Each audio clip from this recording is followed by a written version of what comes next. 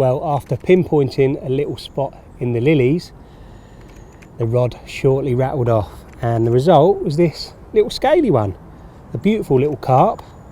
And today I'm going to be showing you 5 tips on how I get the most out of a deeper. So I'm going to slip this one back and go through my tips.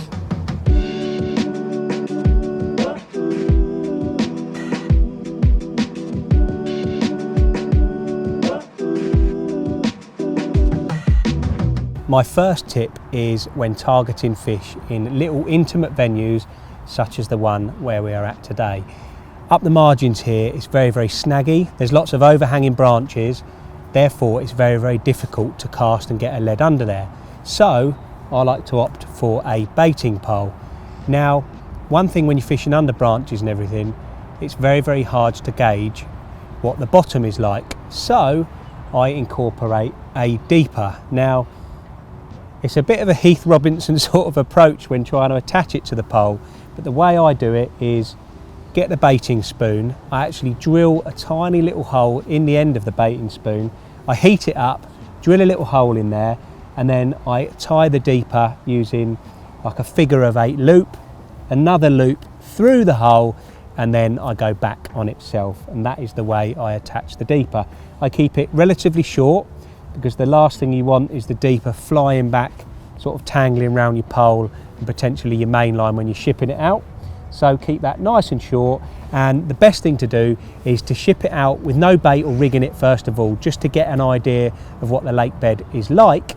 I then ship it back in and pop my rig in place when I know that I'm happy that it's nice and clear. So a very accurate way of fishing, and hopefully where I'm going to catch a fish today. But yeah, I have used it in the past to success and actually caught one doing it this morning, so that is proof in the pudding. Tip 2, 3 and 4 are all about aspects of actually using the deeper itself, so I'm going to break them down into separate points. And the first one is when targeting weedy waters, you can really pinpoint those tiny little clear spots, those tiny little feeding spots that you may not find when casting a lead around, or it might take you all day. So this is how I do it.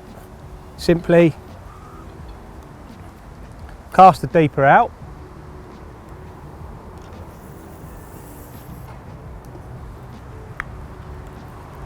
grab your phone, should be all linked up, which we are.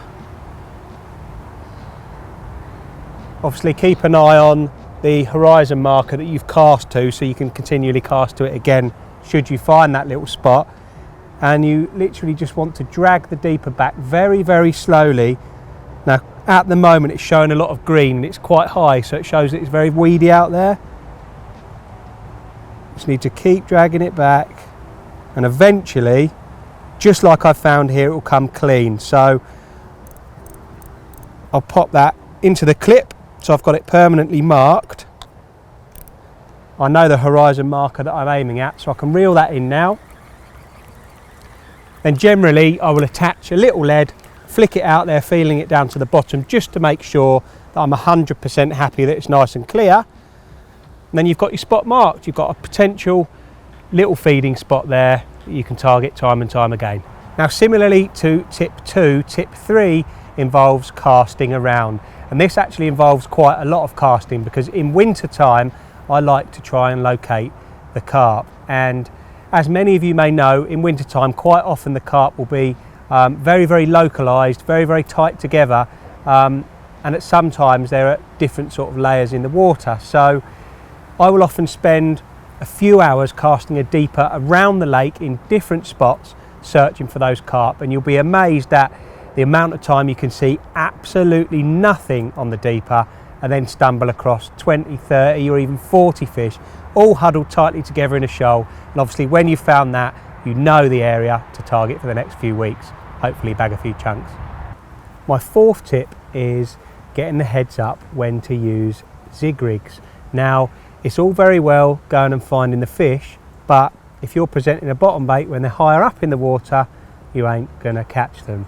So, and this is generally in the spring and the winter time, quite often when you'll find them sort of mid layers, the deeper will reveal exactly what depth the fish are sitting at. So obviously you can then adjust your Zig Rigs to the depth that the fish are sitting at, which puts you one huge step ahead of the game. So whatever the depth that those fish are sitting at, get your zigs adjusted to that depth and hopefully you'll bag a few.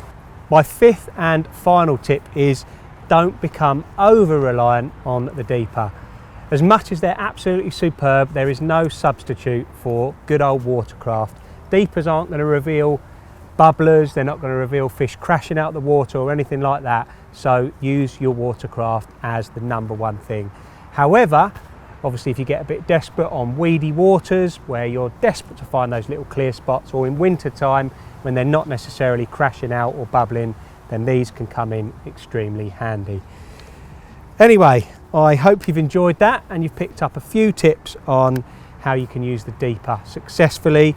I'm sure you'll all be interested to have a look at the pole one. Believe it or not, that little hole that I burnt into the front of my baiting spoon, you couldn't even fit a bloodworm through it. So it's a tiny little hole that won't affect your baiting spoon, and obviously it gives you a little edge if you use them regularly. So yeah, hope you enjoyed it, and hopefully you go and catch a few more extra fish.